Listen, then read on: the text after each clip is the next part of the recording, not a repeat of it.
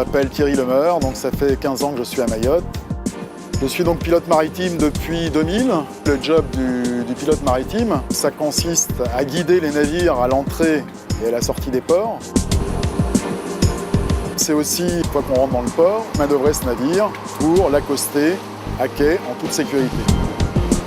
Puis enfin, il y a pas mal de monde autour d'un navire qui est en entrée. Il y a le remorqueur, il y a la manœuvre, l'officier de port, donc c'est de coordonner un petit peu tout ça. Notre principal outil de travail, c'est donc deux pilotines, des vedettes qui nous permettent de se rendre à l'extérieur de la passe quand c'est une entrée. Et lorsque c'est une sortie, c'est la pilotine qui va nous récupérer à la sortie du lagon.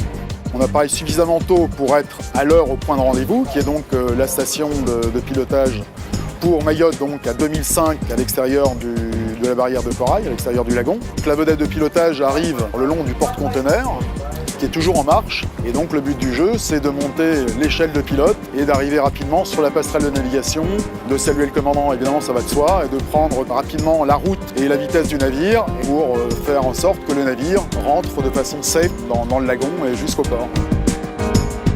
C'est le pilote qui est l'expert de la zone géographique, de la zone maritime, qui va prendre les choses en main. Mais néanmoins, le capitaine reste responsable de son navire et de son équipage. Un port fonctionne H24, 365 jours sur 365, donc on est deux. Il y a toujours un pilote d'astreinte. La plupart des navires rentrent tôt le matin, c'est-à-dire à 6 h, et donc on a appareillé à 5h30 de Longoni. À Mayotte, en règle générale, les conditions de mer sont plus maniables que nos collègues en Europe du Nord, c'est sûr. Ce matin, on avait un commandant polonais, un second russe. Moi, je suis français, l'équipage philippin. Par définition, la langue parlée à bord des navires, c'est l'anglais. Mon parcours, c'est le parcours de tous les 340 pilotes de France et d'outre-mer. On a tous donc été officiers de marine marchande pendant 10 ans à peu près. On a tous un brevet de capitaine, capitaine de première classe, et on a passé donc un concours dans une station, dans un port bien défini, pour être pilote maritime.